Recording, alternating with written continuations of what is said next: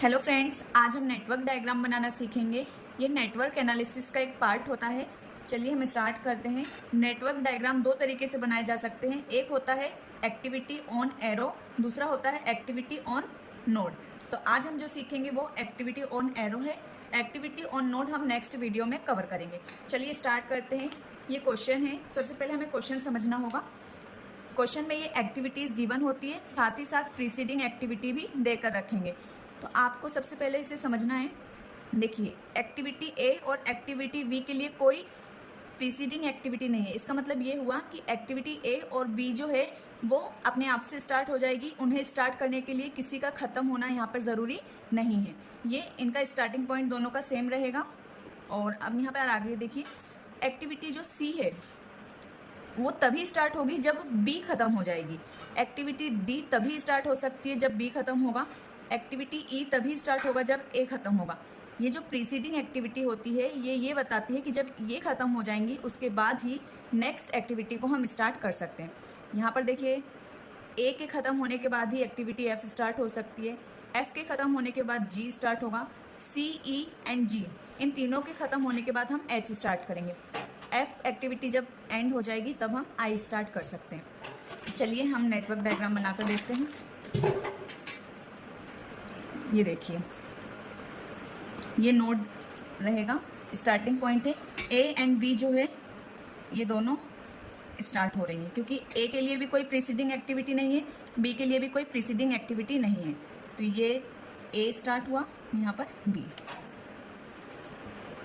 ए का starting point भी यही है, बी का भी स्टार्टिंग पॉइंट यही है।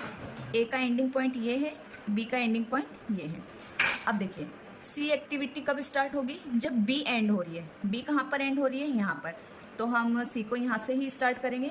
ये देखिए, हमने सी को स्टार्ट कर दिया, लेकिन इसे नोड के अंदर नहीं लिखना है, सी को यहाँ लिखना है। क्यों? क्योंकि हम एक्टिविटी ऑन एरो के तरीके से क्वेश्चन को सॉल्व कर रहे हैं। इसके बाद आपको एक्टिविटी जो डी है वो कब स्टार्ट होगी? जब एक्टिविटी बी कंप्लीट हो रही है। तो एक्टिविटी बी यहाँ पर कंप्लीट हो रही है तो हम यहीं से डी को भी स्टार्ट कर देंगे।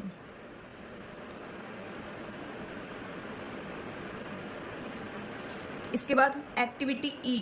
एक्टिविटी ई को स्टार्ट करने के लिए ए का एंड होना जरूरी है। ए को हमने यहाँ पर एंड किया है तो यहाँ से हम ई को स्टार्ट कर सकते हैं। अब देखिए, ई को हमने स्टार्ट किया। एक्टिविटी एफ कब स्टार्ट होगी? जब ए एंड हो रहा है। तो ए यहाँ पर एंड हो रहा है तो यहीं से हम एफ स्टार्ट कर देंगे। अब आप सोच रहे होंगे कि मैंने इन दोनों को सेम क्यों मिलाया है? क्योंकि यहाँ पर देखिए, आगे जो है सी, ई और जी ये एक ही पॉइंट पर मिल रहे हैं, तो हमें इन दोनों को सेम करना है। इसके बाद हमने एफ कंप्लीट कर लिया। अब जी को हमें स्टार्ट करने के लिए एफ का एंड होना जरूरी है। ये देखिए, हमने एफ का एंडिंग पॉइंट यहाँ बनाया है, यहाँ से हम जी को स्टार्ट करेंगे। ये जी हमने स्टार्ट कर दिया। जब जी एंड हो जाता है उसके बाद आते हैं हम एच पर। एच कब स्टार्ट होगा? जब सी, जी एंड सी, ई एंड जी ये तीनों एंड होंगे, उसके बाद ही हम एच को स्टार्ट कर सकते हैं। अब ये तीनों पॉइंट को मैंने इस पॉइंट पर इसीलिए मिलाया था क्योंकि सी, ई, जी ये तीनों एक साथ होना जरूरी है, उसके बाद ही हम एच को स्टार्ट कर सकते हैं। तो अब आप सोचेंगे कि हमें कैसे पता होगा कि ये हमें मिलाना है? तो ये दो बार डायग्राम बनेंगे। सबसे पहले आपको रफ डायग्राम बनाना होगा, उसमें आपको समझ में आ जाएगा कि आपने क्या मिस्टेक की। उसके बाद आप फेयर डायग्राम बना लीजिएगा। तो सी, ई एंड जी ये तीनों का एंडिंग पॉइंट एक ही है, और जहाँ ये तीनों एंड हो रहे हैं एक साथ वहाँ से हम एच स्टार्ट करेंगे। तो यहाँ से हमने एच स्टार्ट कर दिया। इसके बाद आते हैं आई पर। आई कब कैसे स्टार्ट होगा? जब एफ एंड हो रहा है। तो देखिए, एफ कहाँ यहाँ पर एंड हो रहा है तो हम आई को स्टार्ट करेंगे। अब हमें आई को इससे मिलाना होगा। क्यों? क्योंकि एंडिंग पॉइंट एक ही होता है। कोई सी भी जो एक्टिविटीज़ होती हैं उनका कोई जो भी एक प्रोसेस होगी उसका एंडिंग पॉइंट एक ही होगा। तो आपको एक ही लास्ट के पॉइंट पर सभी को मिलाना होगा। तो ये जब एफ ख़त्म हुआ हमने वहाँ से आई स्टार्ट कर दिया।